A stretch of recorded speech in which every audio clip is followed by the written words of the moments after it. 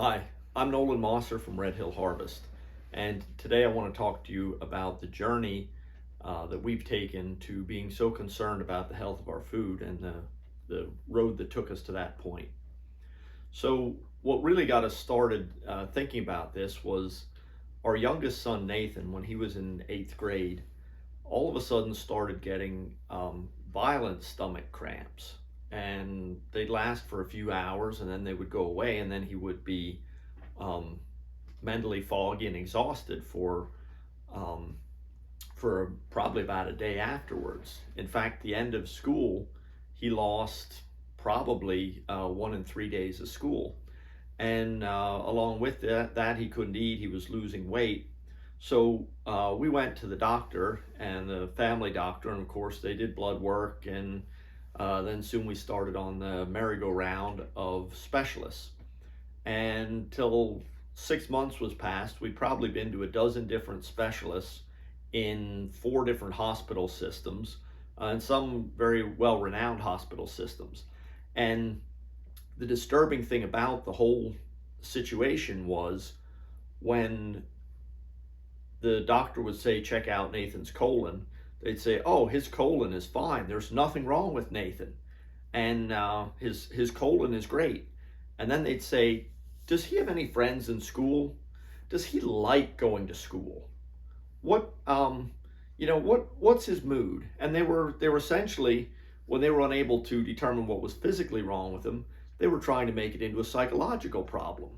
And it happened time and time and time again, which was very disturbing for me.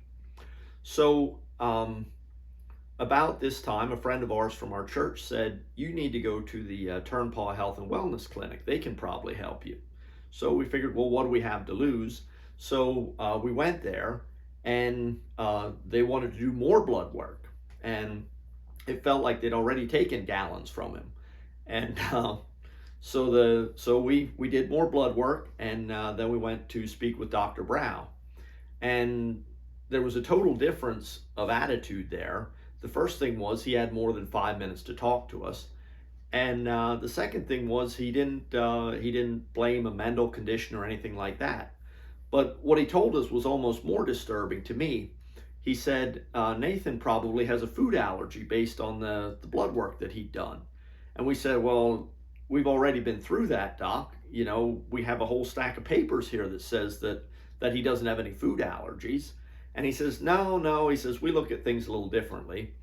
He says, this is what we're going to do. We're going to cut out gluten. We're going to cut out dairy. We're going to cut eggs out of his diet.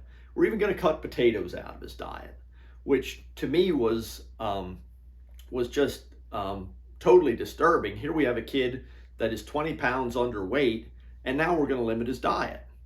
But we were desperate, so we changed his diet.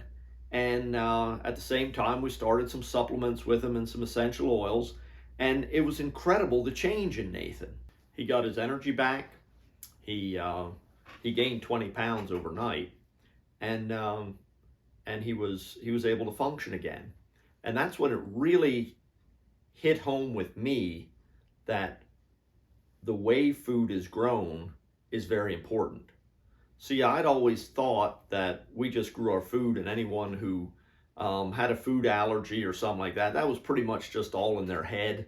It wasn't a real thing. But that was all turned on its head now, and I could see the difference that changing Nathan's diet had done. So for me, that led to a desire to start studying how to grow healthy food. And it was pretty disturbing because I wasn't following a lot of the things that you should have been doing to grow healthier food.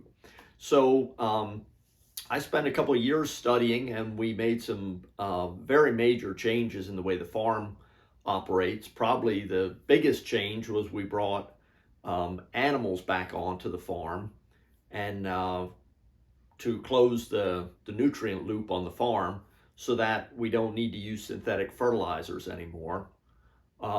Our synthetic chemical usage has been curtailed very drastically, and we have plans to limit it even more. We have some organic certified acreage now, and we're growing certified organic crops, and that's positive in a lot of ways. So there were really a lot of changes that got made when we saw what was going on with Nathan's diet and how we can improve it. So the final piece of the puzzle for us has been to take all the experiences we had with Nathan and his health issues and all the experiences we've had with changing our farming operation and all the knowledge we've gained from that. And we want to use that to make other people's lives better. To that extent, we formed Red Hill Harvest so that we can provide the healthiest food that we know how to grow direct to people who are concerned about where their food comes from.